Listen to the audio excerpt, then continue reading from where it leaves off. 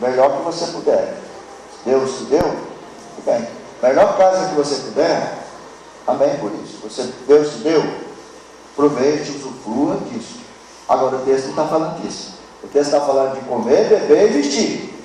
Por isso, buscai primeiro o reino de Deus, buscai em primeiro lugar o seu reino, a sua justiça, e todas essas, comer, beber e vestir, serão acrescentadas. Se a gente fosse fazer uma paráfrase aqui, diz assim, nós buscai primeiro o seu reino e a sua justiça, e comer, beber e vestir, serão acrescentadas. É isso, só isso. Mas aí tem gente que pega esse texto e fala, não, você tem que buscar, porque tudo será acrescentado. Tudo que o texto está dizendo. Agora, existem outros textos que vão falar de outras buscas, de outras coisas. Mas esse aqui especificamente, para fazer uma interpretação sincera do texto, ele está falando de comer, beber e vestir. É isso. Tá? Muito bem. Então vamos falar um pouquinho sobre as prioridades da vida. E o texto já começa mostrando as prioridades para nós. Quando você e eu fazemos um planejamento na nossa vida, nós precisamos fazer uma ordem das prioridades. Todo mundo aqui faz planejamento. Tem gente aqui, por exemplo, fazendo planejamento de casar, tem outros fazendo planejamento de comprar uma casa, fazendo planejamento de trocar de carro, fazendo planejamento para trocar de emprego, porque você está estudando, preparando para isso, fazendo concurso. É um planejamento. São sonhos, são realizações que você busca. Todas elas são legítimas. E a gente deve, sim, nos preocupar com elas, sim. Agora, dentro dessas questões, o que é mais importante? Porque as prioridades, elas vão ser estabelecidas em cima dessa importância. O que é mais importante? O que é mais importante vem primeiro. O que é menos importante você vai deixando. Lá na sua casa você faz o planejamento. Bom, primeiro, a primeira casa, Primeira casa, depois e aí você vai listando as necessidades e estabelecendo prioridades. O que é necessário, o que nós precisamos. O que é urgente? Dentro daquilo que é importante. Eu tenho duas coisas importantes para fazer, mas uma é mais urgente que a outra. Então eu tenho que estabelecer prioridades. Uma é mais urgente, eu estabeleço. Entre o que é importante, existe o que é urgente, imediato, e aquilo que pode ficar para depois. O que é superficial? O que dá para a gente descartar agora? Quando a gente entende essas prioridades, nós temos maior probabilidade de acertarmos nas nossas escolhas. Entendeu? É por isso que a gente tem que estabelecer prioridades. Porque aí eu tenho que tirar a carteira de motorista, mas eu tenho que fazer um curso profissionalizante. Qual que eu vou fazer? Eu vou fazer o que no momento é mais urgente ou mais importante. Então eu vou escolher, baseado nessa relação de prioridades, eu vou escolher. E aí fica mais fácil para a gente escolher. No Sermão do Monte, Mateus 5 e 6, Jesus deixa muitas orientações para uma vida feliz, pois ele sabia que o ser humano passaria nos últimos tempos por ansiedade. Falando nos últimos tempos porque nós estamos, mas naquela época já havia isso. Mas estou dizendo, estou contextualizando, já estou trazendo aqui para nós, que passaríamos por tempos de ansiedade e talvez extremas preocupações. Porque é momento que preocupado você está todo o tempo, mas tem hora que a preocupação se torna extrema. As palavras do mestre, elas parecem refletir a vida moderna do século XXI, Parece que ele está falando para nós hoje, que é a vida atual. Porque a gente tem ouvido, e se você conversar com um psicólogo, e com o psiquiatra e com mais alguém, ele vai dizer, poxa, quanta gente passa aqui com problemas de ansiedade, depressão e tanta coisa, transtorno de ansiedade, transtorno toque, né? Transtorno obsessivo, compulsivo, né? E um monte de coisas que são provenientes dessa época. É o estresse, né? O estresse, ele fica quietinho, ele não se manifesta, não tem sintoma. E aí aconteceu um pastor amigo meu lá em Paraná, estava lá, de repente, foi fazer uma visita no hospital lá, de repente desmaiou lá no hospital, já ficou lá mesmo. Aí o médico veio e falou, você está forçando muito a sua mente. Você está com esgotamento e você está com estresse altíssimo. E aí, porque isso aí, irmãos, são coisas que afetam diretamente o nosso sistema nervoso, né? E aí, o outro pastor que estava vindo de Fortaleza, não sei para onde lá, desmaiou dentro do avião. Sabe por quê? Porque trabalha mais do que deve, se preocupa mais do que deve, e o corpo não aguenta. Força o seu carro, né?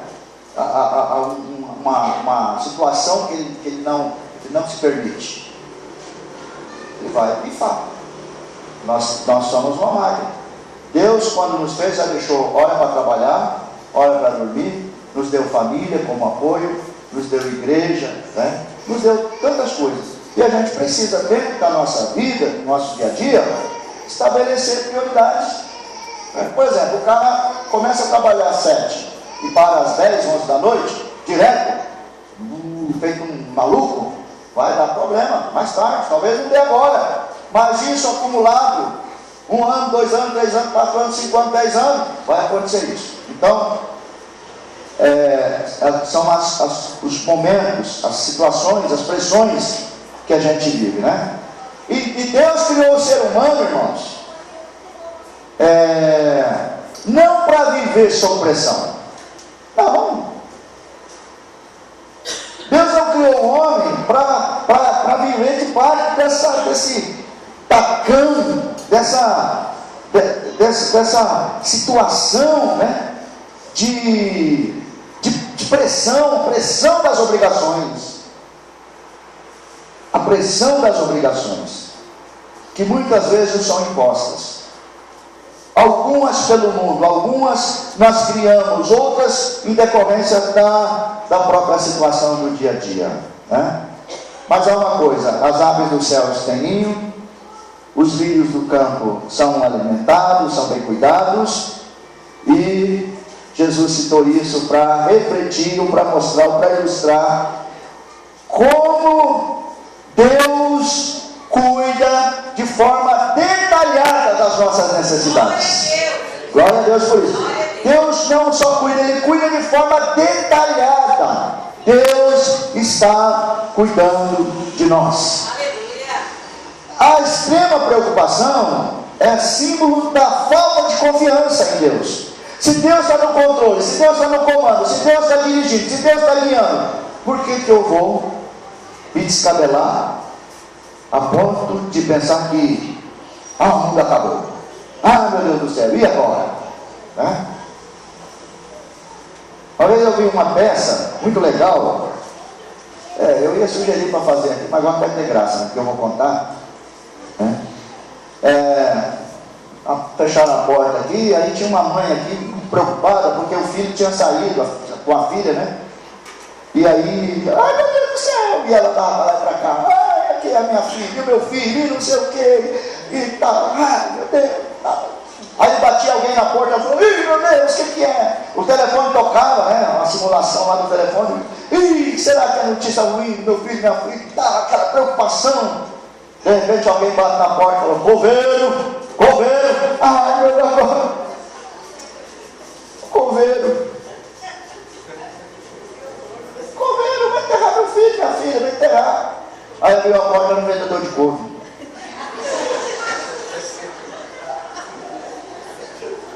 Era o vendedor de couve. Coveiro. Tinha nada acontecendo. E os filhos, tranquilos. Onde você estava? Você estava na casa da vovó. Filho tem isso, né? Passa na casa da vovó, acha um bolinho para comer, um cafezinho e tal, fica por lá, e a mãe e o pai se descabelando lá.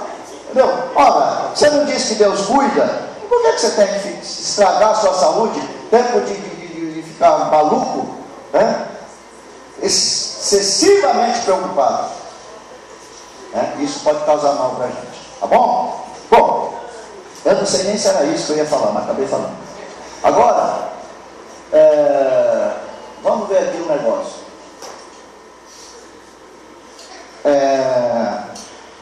O texto mostra para a gente algumas prioridades. Eu prometi que ia terminar um pouco mais cedo.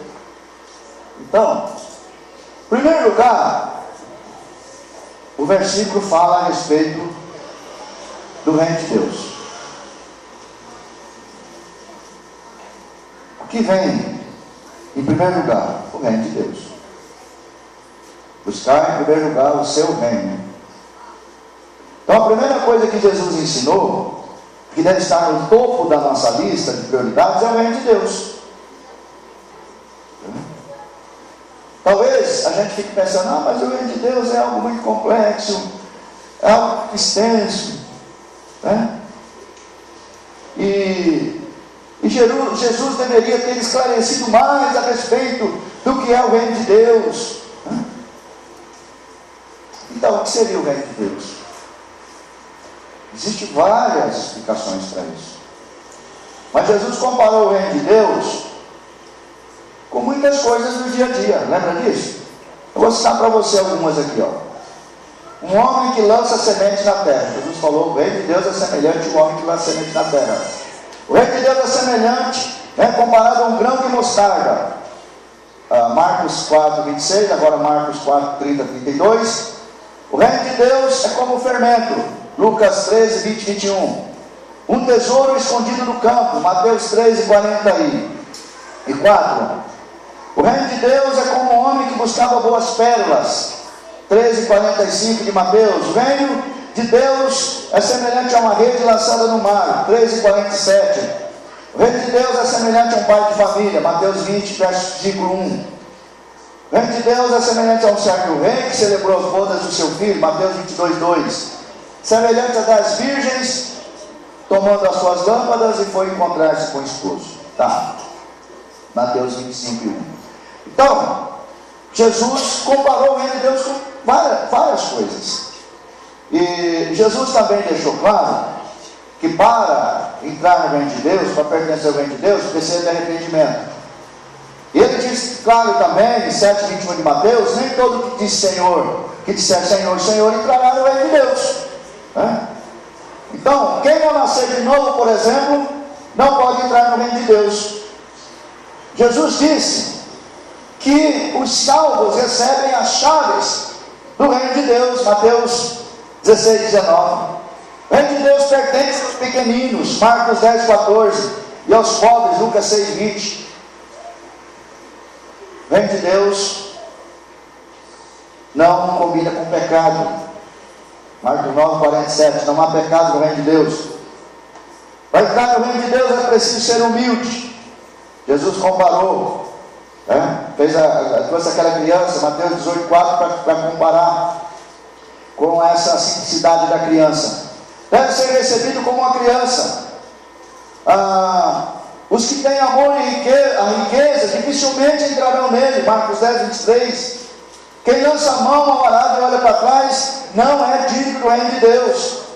O reino de Deus requer renúncias para quem quiser recebê-lo. Lucas 18, 29 e 30. O reino de Deus é anunciador de sinais. Lucas 21, 31. Deve ser o tema da pregação da igreja. Mateus 10, 7. O reino de Deus está próximo. Então, com isso a gente pode dizer o seguinte: que o reino de Deus pode ser considerado como tudo que vem de Deus. Tudo que vem de Deus. Por exemplo, a família, a igreja, a palavra de Deus, a fé, o amor e comunhão com Deus. Jesus disse que nós devemos orar. Mateus 6:10. Venha o teu reino. Venha o teu reino.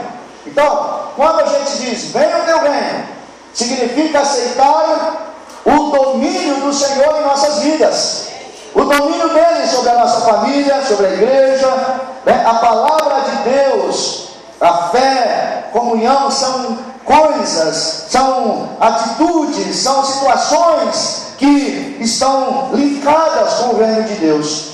Então, quando nós aceitamos que nessas situações nós precisamos do domínio do Senhor, nós estamos então buscando o reino de Deus em primeiro lugar. O reino de Deus deve ser prioridade, né? Vou comprar um carro? Bom, eu vou, é algo que Deus vai me dar? Tudo bem, então eu vou colocar na minha lista de prioridades, colocar diante de Deus, né? Para que eu não faça algo que venha colocar as minhas coisas, os meus interesses próprios, acima do reino de Deus, né? Então, Deus, o reino de Deus, irmãos, o reino de Deus, ele tem estado em meio aos seus planos, seus projetos, a sua família, a sua vida. Eu creio que sim. Se for assim, graças a Deus por isso, né? Mas o texto fala da justiça de Deus. Buscar em primeiro lugar o seu reino e a sua justiça. Jesus ensina que devemos procurar o que é justo, ou seja, tudo aquilo que é correto e necessário para a nossa vida. O que é justiça? É aquilo que é correto, é aquilo que é certo, né? Podemos dar um exemplo disso, dar como exemplo disso o trabalho, a saúde, a realização emocional, amizades, estudos, né? Devem ser colocados na lista de prioridades. Causas sociais, né? De apoio humanitário também é exemplo de justiça, que devem ser colocados em nossa lista. 2 Coríntios 9:9, Paulo fala dessa solidariedade, desse sentimento humanitário. Jesus prometeu, Mateus 5,6, bem-aventurados os que têm fome e sede de justiça, completem, porque eles serão fartos. Serão fartos. Vou citar outro, vocês completem. Ele alertou também que, inclusive, nós podemos ser perseguidos por causa da justiça. Mateus 5,10. 5,20 de Mateus diz que não adianta ser justo só de aparência, como a hipocrisia dos fariseus. Mas assim, a justiça de vocês deve exceder a justiça dos fariseus. Por que Jesus disse isso, irmão? Porque a justiça do fariseu era só de conversa, de prática nada. Então a justiça dos fariseus é aquela que impõe fardo sobre os outros, que impõe regras sobre os outros, que dá sabão nos outros, que dá sermão nos outros, que de repente não faz, ele não faz. Às vezes na igreja, irmãos, Deus nos deu uma família para a gente cuidar. A gente não cuida da gente, quer cuidar da família dos outros. Está prestando atenção nisso?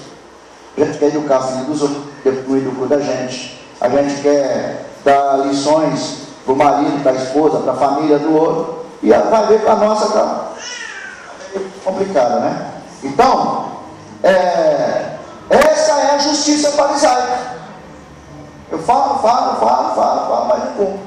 A justiça verdadeira, a justiça de Deus, a justiça que vem de Deus, a justiça que Deus quer, ela precisa exceder a justiça dos fariseus, ou seja, precisa ser uma justiça que vai além da aparência, não viver só de aparência, mas viver de uma forma coerente. Como podemos saber o que é justo e correto? Jesus ensinou: não julguei segundo a aparência, mas julgai segundo a reta justiça. João 7:24. Para não ser iludido pelo mundo, nós precisamos contar com a ajuda do Espírito Santo, pedindo discernimento, porque Ele é que nos convence do pecado, do juízo e da justiça. Da justiça. Muito bem. Então, meus queridos, não é possível encontrar a justiça em nossas vidas sem primeiro ter o reino de Deus como prioridade. Não pode. Pois Jesus, ele deu o exemplo, né? E o apóstolo Paulo, Romanos 3:26, diz assim, para a demonstração da sua justiça, nesse tempo presente, para que ele seja justo e justificador daquele que tem fé em Jesus, né? Então, é preciso que pratiquemos a justiça, né? Buscar o reino de Deus, a sua justiça, domínio de Deus nas nossas vidas. Quando há o domínio de Deus nas nossas vidas, o reino de Deus entra dentro das nossas vidas, logo nós vamos praticar justiça, porque as duas coisas estão associadas, né? Não dá para você dizer, eu tenho o reino de Deus na minha vida, isso é injusto, não combina com o reino de Deus. Injustiça combina com o reino das trevas, injustiça combina com o reino do mundo, que é dominado pelo príncipe deste mundo, que nós sabemos quem é. Injustiça não tem nada a ver com o reino de Deus. Então, quando Jesus falou assim, Pai nosso que está no céu, santificado seja o teu nome, venha o teu reino, seja feita a tua vontade, assim na terra como no céu. Tem a ver com justiça. Seja feita a tua vontade, assim na terra como ela é feita no céu. O que Jesus está dizendo? Olha, lá no céu as coisas são diferentes. Tem uma família lá, elas são diferentes. Lá não tem falsidade, lá não tem aparência, lá não tem orgulho, não tem egoísmo, não tem isso, não tem aquilo, não tem inveja, não tem rancor, não tem egoísmo, não tem ressentimento, não tem pecado. Então, irmãos, como diz aquele hino, né? O céu é onde Jesus está. É o céu. Jesus está nas nossas vidas, nós estamos no céu. Aquele lugar, aquele momento se transforma no céu. Porque lá no reino de Deus, lá no céu, não existe injustiça, não existe maldade, não existe negócio de passar a perna no outro. Não existe isso. Não existe lá no reino do céu o negócio de bater nas costas, dizer que ama o irmão, aí sai dali, mano. É só para a gente fazer uma média, né? No reino de Deus, Deus não aceita negócio de média, não. Ou é ou não é. Então, a justiça é aquilo que é correto, é aquilo que é certo diante do Senhor. E aí tem uma relação aqui que eu gostaria de passar para vocês, mas eu vou pular, né? Pergunta, vou me incluir. Nós temos buscado o que é justo em nossos planejamentos, em nossa família, em nosso ministério, tudo na nossa vida. Nós temos buscado a justiça de Deus, sim ou não? Que Deus nos ajude, que possamos buscar. Se não estamos, precisamos sair daqui hoje para buscar o reino de Deus e a sua justiça. Glória a Deus. E aí a gente chega nas demais coisas, né? As demais coisas, ou todas essas coisas, como diz aqui na versão que eu li, né? São os interesses materiais, né? Em terceiro lugar, vem está também na nossa lista de prioridades. Mas Jesus ensinou que a preocupação não deve ser com essa aqui, com essa lista aqui. A preocupação deve ser com as duas primeiras, com o reino e a justiça dele. Por quê? Porque ele diz que quando a gente priorizar o reino dele, priorizar a justiça dele, as outras coisas vêm no pacote. Amém? Glória a Deus. É verdade. Quando a gente prioriza o reino de Deus, a justiça dele, a gente não precisa ficar preocupado excessivamente. Eu preciso me preocupar a ponto de ser honesto, de ser sincero no meu negócio, no meu trabalho, com as pessoas e tal, mas não deixar, né, em segundo ou terceiro plano o reino de Deus. No contexto de Mateus 6, Jesus falava de vestes, comida, moradia, né? E se a gente quiser, a gente pode, quiser não, o texto nos dá força para isso, para falar de outras necessidades humanas. Realmente são necessidades e que muitas vezes geram preocupação. O Senhor Jesus garante que quando cumprimos os 2 primeiros itens da lista de prioridade, que Ele ensina, que eu repito, o reino de Deus e sua justiça, certamente as outras coisas virão como consequência. Graças a Deus por isso. Deus sabe das suas necessidades, diz Mateus 6,32. Deus sabe das suas necessidades. Irmão, às vezes a gente fala assim, eu vou orar, eu já vi gente falar, e a minha oração mudou o coração de Deus. Mudou nada. Oração não muda o coração de Deus. Oração muda o nosso coração. Porque Deus já sabe o que vai acontecer, Deus já sabe o que vai fazer, Deus sabe das nossas necessidades. A oração é para mudar o nosso coração, para quebrantar, para Deus nos orientar, para Deus falar com a gente, para Deus nos dar condições, para que nós possamos ter boas escolhas, e essas escolhas serem escolhas que tragam benefícios para nossas vidas. Porque a gente não pode separar, irmãos, o homem cristão e o homem lá na casa, o homem no trabalho. Nós somos servos de Deus aonde nós estivermos, e Deus quer o nosso bem-estar aonde quer que estejamos. Então, Deus sabe dessas nossas necessidades. Antes mesmo de falarmos, Salmo 139,4 diz que Deus já sabe do que a nossa língua, do que a nossa boca vai pronunciar. Então, meus queridos, se tem uma coisa que Deus gosta de fazer, é realizar os nossos sonhos, suprir as nossas necessidades. Deus gosta disso. Ele é pai. Ora, que pai é esse que não quer ver o bem-estar do seu filho? Ele quer sim. Olha o Salmo 37,4 como diz: agrada-te do Senhor. E depois o restante diz o quê? Ele satisfará os desejos do vosso coração. Você pode glorificar a Deus por isso? Ele satisfará os desejos do nosso coração, desde que os desejos do nosso coração estejam em concordância com o reino de Deus e a justiça dele. Aí ele vai fazer os desejos do coração.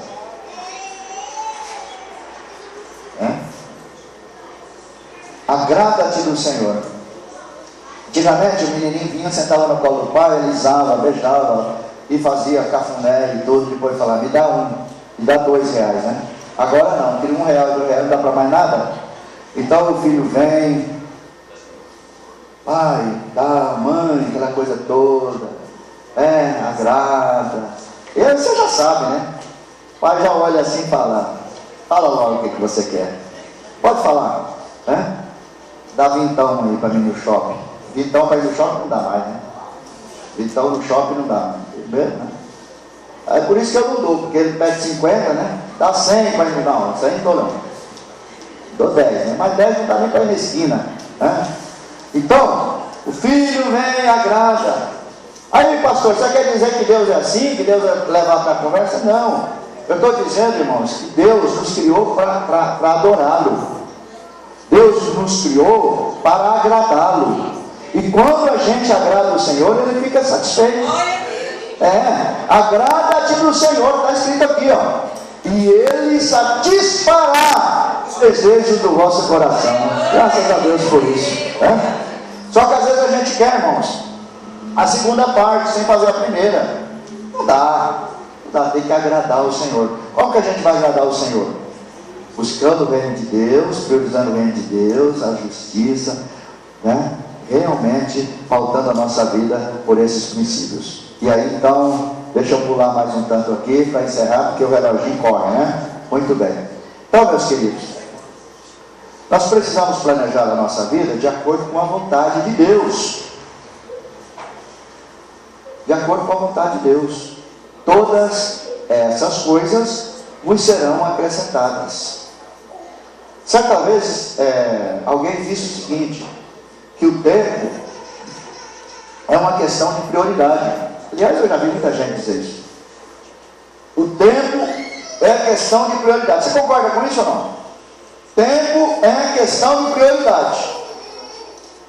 Não vi muitas cabeças balançando.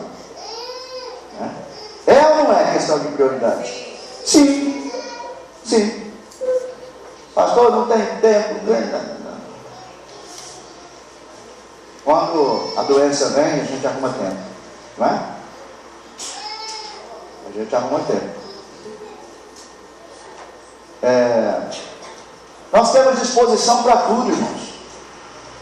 Temos disposição para tudo que é do nosso interesse. As coisas menos interessantes vão ficando por último. E quase sempre não sobra tempo. Então, o que nós priorizamos, nós valorizamos. Né? Se marcar um futebol, sei lá, uma brincadeira, às 7 horas da manhã, no domingo, 7 horas da manhã, moçada levanta e vai. Marca o culto 7 horas da manhã aqui, para ver quem vem. Aí alguém vai falar assim: será que o senhor vem, pastor? Se for o culto, se for marcado, eu venho. A gente tem dificuldade para isso. Eu também tenho dificuldade. Todos nós temos. Então, muitas pessoas buscam em primeiro lugar as demais coisas e depois querem o reino de Deus lhe seja acrescentado. Inverte. Busque em primeiro lugar as demais coisas e o reino de Deus e a justiça. Aí eu quero que tudo dê certo no meu negócio, na minha vida, tal. Não é isso? São coisas do ser humano, coisas nossas. Mas não é assim que deve ser. Deus não é aquela pessoa que está lá à disposição para a gente apresentar a nossa listinha lá dos nossos interesses, e vai nos servir primeiro e depois receber a honra. Não. Nós é que somos ovelhas do Senhor e devemos ir atrás dele, devemos segui-lo. Ele vai à frente. Então, o que tem